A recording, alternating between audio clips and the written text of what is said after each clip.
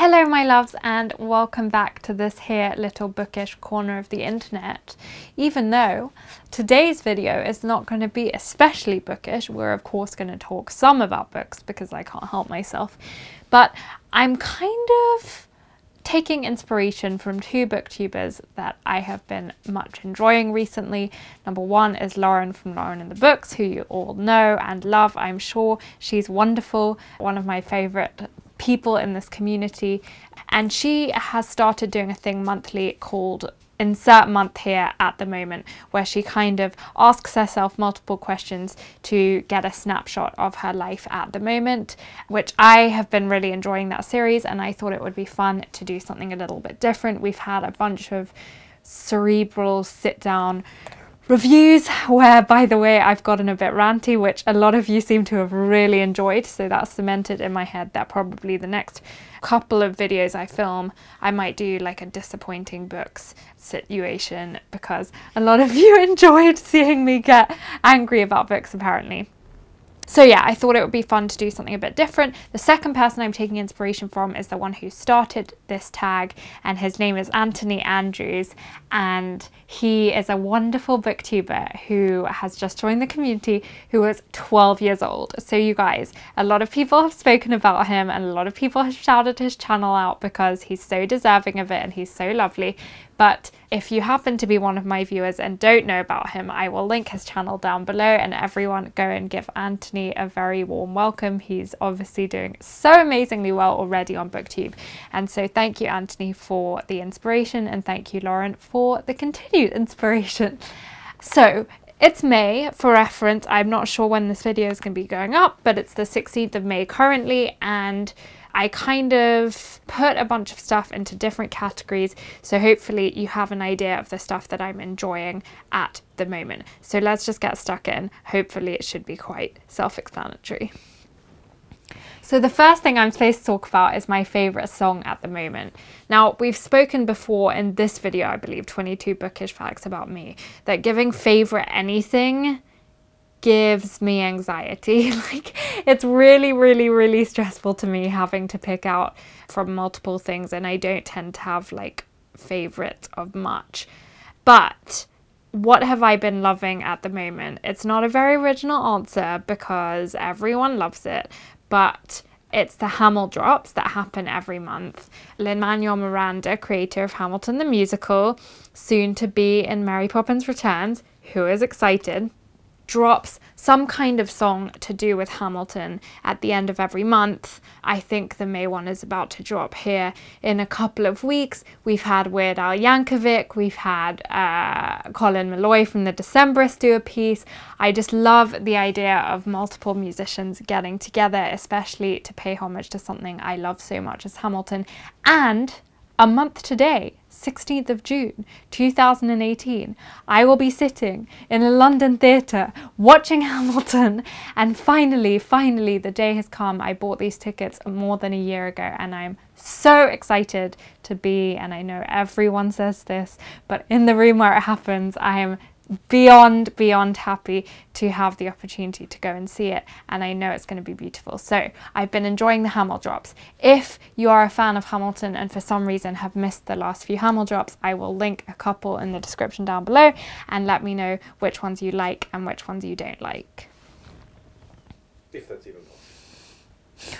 Correct. Secondly, I wanted to talk about a couple of films I have watched very recently. The first one I saw just a couple of nights ago, and that's Tully.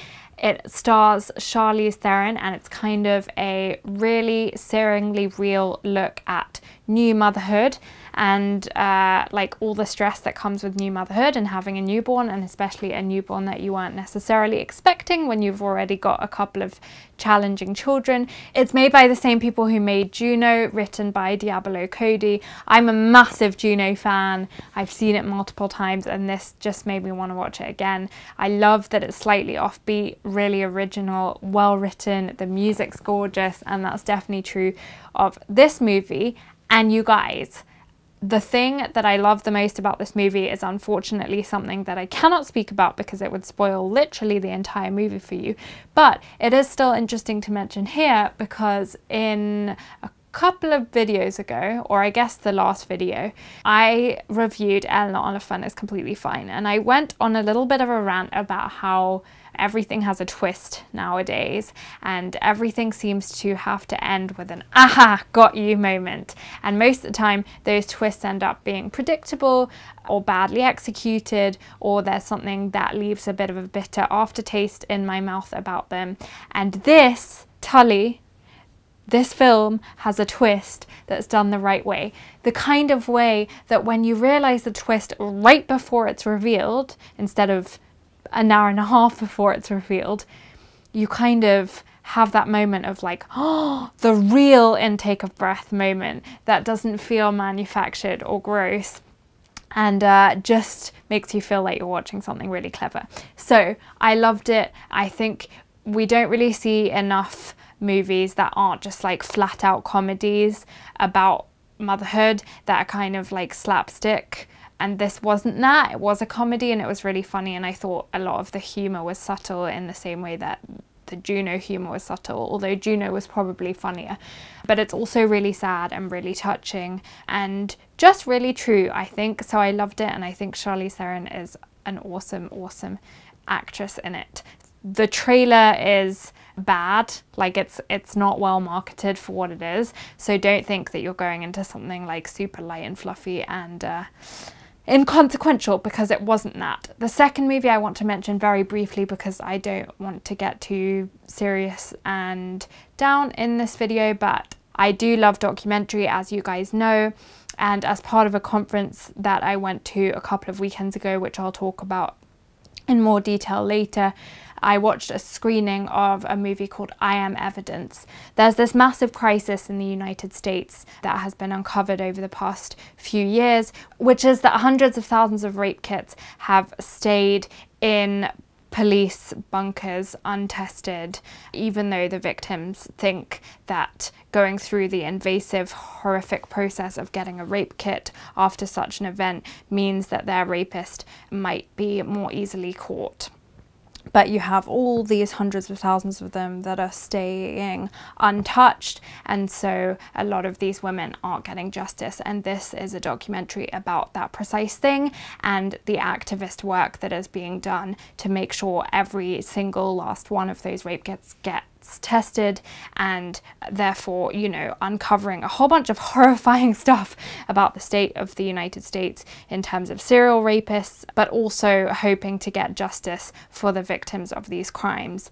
It was awful to watch in a lot of ways, and the first instinct, I think, with these kinds of things is often to look away, but the well-made films, of which this was one, force you not to look away and force you to think about the reality of these situations, and don't let you have that kind of distance that sometimes happens in documentary. I thought it was really well made. It opened my eyes to something I had no idea was happening, shamefully, and I recommend, if you can get it, if you're interested in questions of gender violence, gender equality, or general like crime and police procedural stuff, I recommend that you watch it. It's a hard watch, but definitely worth it. Now here's the bookish part. What am I reading at the moment? And I guess we're staying in the kind of true crime genre, because I am reading I'll Be Gone in the Dark by Michelle McNamara. If you don't know about this book, what are you doing? It's been everywhere, to be fair, mostly in the United States. Michelle McNamara was Patton Oswalt's late wife. Patton Oswalt is an American comedian and actor, very famous. Very sadly, Michelle McNamara, the author of this book, passed away in her sleep quite recently. And so this book was finished by a team of researchers and Patton Oswalt himself, taking from Michelle McNamara's notes. What does it talk about? It talks about the Golden State Killer / East Area rapist who took California by storm in the 1960s and 70s, raping and murdering women. He was a serial killer and a serial rapist. And Michelle McNamara, even though she didn't work in police or anything crime related, took kind of a fascination to this particular case because it remained unsolved for such a long time, because it was a cold case, because it seemed to be so wide-ranging and so horrifying, and there seemed to be so many people working on it, yet they still hadn't caught anyone. And this book is a triumph, not only if you like true crime and not only if you are interested particularly in the case of the Golden State Killer or the East Area Rapist. He was known by multiple pseudonyms, but also as an exploration, even though it's written by her, of Michelle McNamara herself. What gives one such an obsession? What is the pathway to writing a book like this and to becoming so involved in a case, and it turns out so instrumental in its solving, because it has just been solved? And I believe the Sacramento Police Department and other California police departments have conceded that this book played a part in solving these cases and catching the dude. So behind all of this kind of true crime procedural book, we also have a book that is autobiographical and that tells the story of this burgeoning obsession and how it turned into kind of like a methodical case study, and what that looks like when you're a mother and a wife and you've got another life and you're kind of in the Hollywood world because your husband's an actor. And so in a way it kind of reminds me of The Fact of a Body by Martino Lesnovich, in the sense that, not that it talks about that many of the same things, although it is kind of true crime, but in the sense that it enmeshes two genres really, really well, in my opinion. But if you're interested in any way about true crime, but you also care about really, really good writing and the role of, you know, the geography and Californian geography, and like finding out more about how California was and what it was like to live in California during that time, then I would urge you to read this. That's another thing that I'm finding amazing, is that it really is painting such a lifelike picture of what is a really dark period of Californian history on a personal level. So like what does, you know, terror on a statewide basis look like for these people who are living in these neighborhoods and can't stop thinking about how there's a killer around the corner? And also, how has procedure changed since the 1960s in terms of DNA typing and all that stuff? It's detailed, it's fantastically written, and it's super, super interesting. The second book that I'm about to start is The Mars Room by Rachel Kushner. I must be in a crime mood without realizing it, because I think this too is about a woman who is incarcerated. I got it from Book of the Month, and the beauty of Book of the Month is that I don't really look that much into the book that I choose. I just kind of let it happen for me. I pick whatever seems like the best option out of the ones I'm offered, and then I just read it. And I think not informing myself prior makes the experience even more exciting.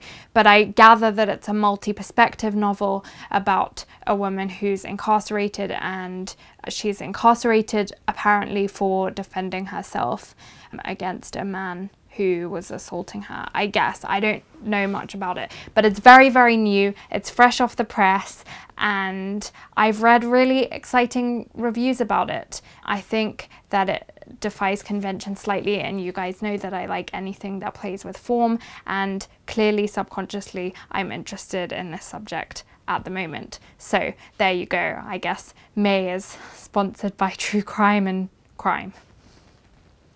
The penultimate category I wanted to tell you guys about is food. I have been loving at the moment. This is super ridiculous and inconsequential, but I love hearing people online talk about the food that they love at the moment, so I thought, why not? Number one is Malt Anything. I love Malt Anything. I've been eating dark chocolate malted milk balls, which are basically, I guess, like non-Malteser Maltesers. The Maltesers in this country are weird. Like, I don't think America has gotten non-hipster milk chocolate quite right. It tastes really weird. If you're American, are you Team Hershey's or not Team Hershey's? I want to know, because Hershey's tastes absolutely disgusting to me. It's like spoiled milk, and I don't understand how anyone can like it. But yeah, so I've been eating dark chocolate malted milk balls a lot, and one of my favorite ice cream places near my house does these amazing malt milkshakes that I love, so we've been enjoying those. But yeah, so malt. And then the second thing I wanted to mention is Hawaiian food, because I have discovered this amazing Hawaiian restaurant here in LA, and I had never really had Hawaiian food before. I can't really describe Hawaiian food that much. It's kind of like Asian fusion, I guess. And they have a lot of like purple rice. They really like egg fried things. And they have really exciting meat stuff. And I had Spam for the, I had Spam before and really disliked it. And I had Spam between like nori seaweed, and it was so delicious. Like, I shouldn't have knocked Spam before I'd had actual properly prepared Hawaiian Spam, because it was so delicious.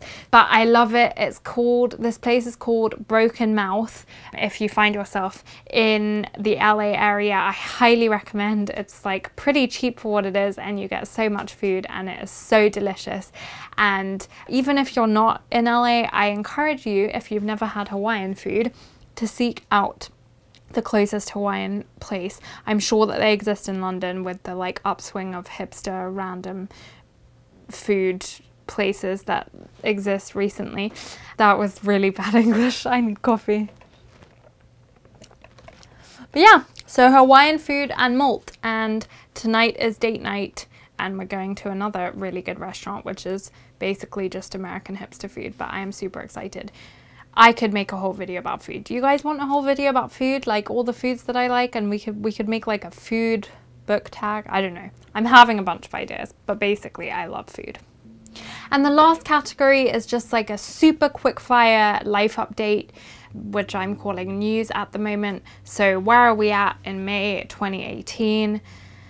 Been loving making videos again. Got into like a bit of a dip there where I was liking it a bit less. Been loving it recently, so that's really nice. Thank you for all your wonderful encouragement and comments, and for watching, of course. What else has been going on? I am headed to London super soon, here in just a month or so, to go to one of my best friend's wedding, which is super exciting, and also to go to Hamilton. And very excitingly, I have been asked to talk at a conference on my birthday this year, 2nd of July, in Norwich, called Inspiring Females, which was started by one of my old English teachers, actually, who used to teach me when I was in high school. She is now the head at Norwich High School.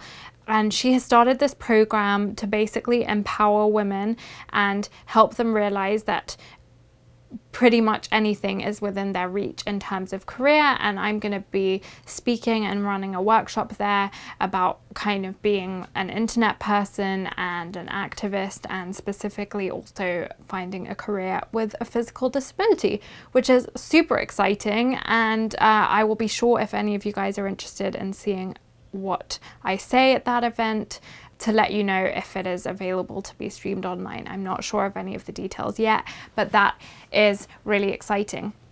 Another thing that I loved recently is I had the opportunity to go to something called United States of Women, which is a big women's conference, which is in its second year, that took place this year here in Los Angeles. We heard from loads of really exciting speakers.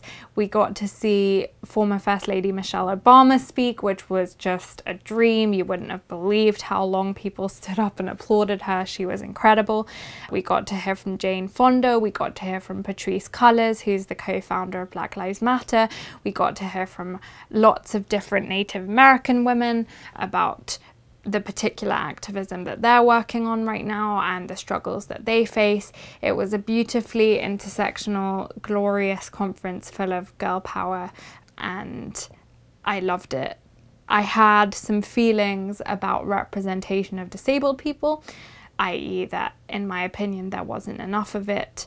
There was a really badass disabled speaker at the end of the first day called Lilibeth Navarro. She spoke wonderfully about the role that disabled women played in pushing through the Americans with Disabilities Act of 1990. Philip and I did a lot of crying. I was invited there by an organisation who I love called Diversability, and I wrote a blog post about the event, which by the time this video goes up should be live. So if you're interested in reading that, I will link it down below. I feel very lucky and honoured to have been able to be a part of the conference. We have a long way to go. I don't think disabled people quite have a seat at that big inclusive table yet, and it is part of what I am fighting for, and I hope that a lot of you will fight with me too. With that, we come to the end of May at the moment. I hope that you enjoyed hearing a little bit more about all the other stuff that I've been enjoying recently, and let me know if you'd like more of these videos on a monthly basis, and I will be sure to join the absolutely incredible ranks of Lauren and Anthony for these kinds of discussions. And in the meantime, let me know what you've been reading, enjoying, eating, all of that stuff, and also let me know if you want that food video. And I will see you very, very soon for another video. Go down into the description and let me know if you clicked on any of those lovely links, and I will see you soon.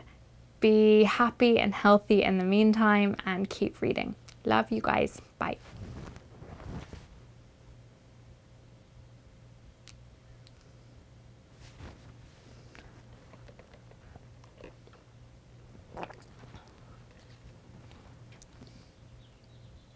I just got a YouTube comment. It's Russell, because of course it is.